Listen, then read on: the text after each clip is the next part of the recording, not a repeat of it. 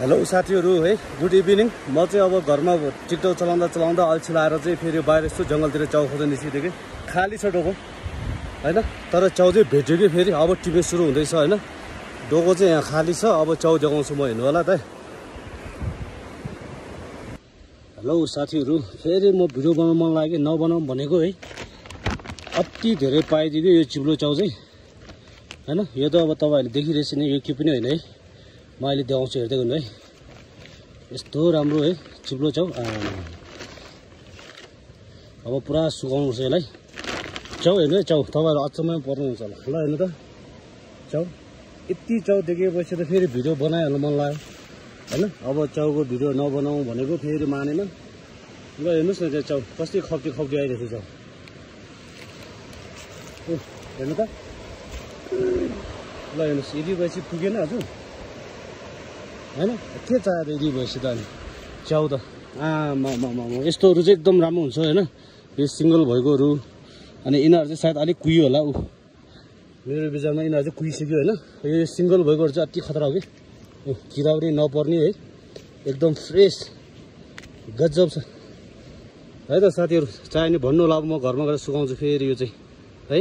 म यहाँ भेट्यो कि चाउ मैले ल हेर्नुस् है अब यो चाउहरू सब टिप्छु म हैन अनि डोकोमा हालेर टक्क लाएर लिएर जान्छु सुकाउँछु मजाले है ल हेर्नुस् यति चाउ छ कि यो भित्र है ल हेर्नुस् त त्यहाँ चाउ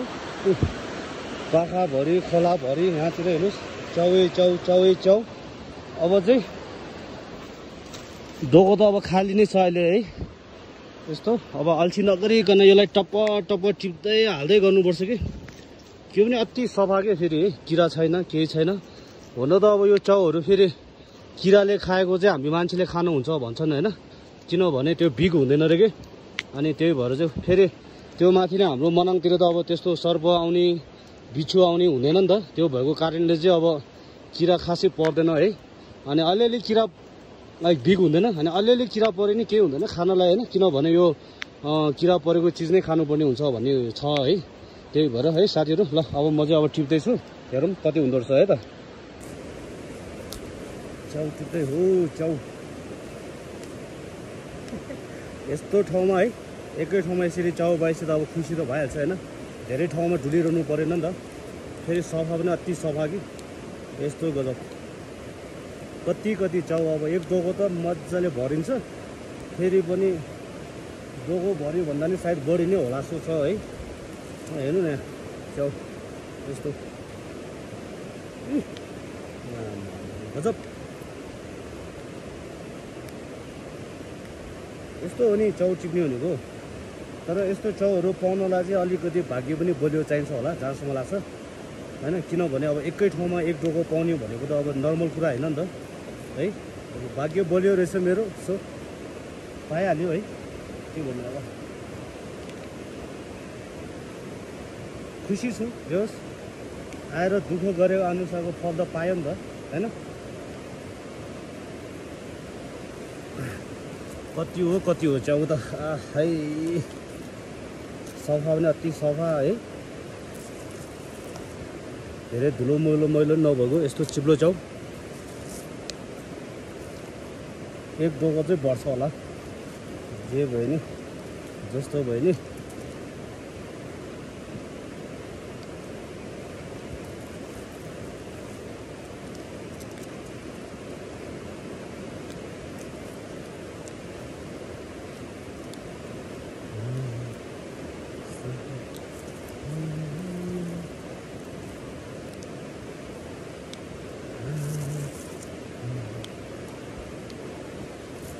यतातिर हेर्नु न चाउ यस्तो त छ चाउ अनि कति हो लपक्कै छ चाउ अझै यतातिर नि छ फेरि टिप्नै बाँकी छ है ल त बाई ठ्याक्कै एक डोको भएछ अब है यत्रो छ डोको हेर्नु पुरा डोको भर्यो अब घर फर्किनुपर्छ एउटै किरा नखाएको एकदम राम्रो चिप्लो चाउ हामी चाहिँ यसलाई लमर पनि भन्छ तिमीहरू पनि भन्छ हैन अब हजुरहरूले के भन्नुहुन्छ त्यो चाहिँ थाहा भएन अब यसलाई लगेर सुकाउने च्याट्ट लाएर अनि त्यहाँबाट हिउँदोमा आइपुग्छ है त काठमाडौँतिर पोखरातिर कहाँ हुन्छ सबै चाउ मिक्स गरेर हुन्छ मेरो चाहिँ है त साथीहरू ल बाई ल है साथीहरू अब घरमा आइपुग्यो चाउ पुगेर अब हेरौँ कति रहेछ चाउ ल हेर्नुहोस् अब यो यति मात्र होइन यति आर्कै यहाँ पनि छ है यो चाहिँ अलि हतारले टिभीको भएर खेलाउने बाँकी छ अब यिनीहरू चाहिँ प्रायः खेलाइसक्यो भोलि मिठो घाम लागोस् अनि मजाले सुकाउनु पर्छ अझै टिप्नु जानुपर्छ फेरि चाउ भन्ने चिजहरू हैन यस्तो दामी छ ल हेर्नु चाउ खानुपर्छ नि मजाले फ्राई गरेर यति मिठो हुन्छ यो त चिप्लो यो फेरि अहिले समात्न सकिन्छ हैन एकचोटिमा पानीमा भिजायो भने फेरि समात्नै सक्दैन अनि नामै चिप्लो चाउ है त ओके बाई बाई सबैजना लाइक कमेन्ट सेयर पनि गरिदिनु होला अब घरमा ल्याएर केलाउँदा सुकाउँदा चाहिँ यदि भएछ हैन अब भोलिको दिनमा मजाले घाम लाग्नुपर्छ अनि मजाले सुक्छ यो है टक्क लाएर पुरै चिप्लो चाउ यिनीहरू एकदम राम्रो छ नि त चिप्लो चाउ हजुरहरूलाई चाह्यो भने अब मेसेज गर्नु होला है काठमाडौँ पोखरा चितवनसम्म चाहिँ मैले ल्याइदिन्छु आफै हैन भन्दै सबैजनालाई ओके बाई बाई सबैजनाले सब्सक्राइब पनि गरिदिनु लाइक गरिदिनु होला है साथीहरू धन्यवाद थ्याङ्क यू सो मच अनि लास्टमा यस्तो देखाइदिन्छु म हाम्रो लोवर पिसाङ है यो चाहिँ तपाईहरु हजुरहरू घुम्न आयो भने मनाङको लोवर पिसाङमा टक्क लाएर आउनु होला हैन अनि मेरो चाहिँ यहाँ एउटा सानो होटल छ है यो होटलमा नि बस्न सक्नुहुन्छ हजुरहरू हैन अनि स्वर्गद्वार पाहाड देखिरहेछ त्यहाँ है भन्दै सबैजना राम्रोसँग आइदिनु होला घुम्नलाई कन्ट्याक्ट गरेर आउनु होला भन्दै सबैजनालाई बाई बाई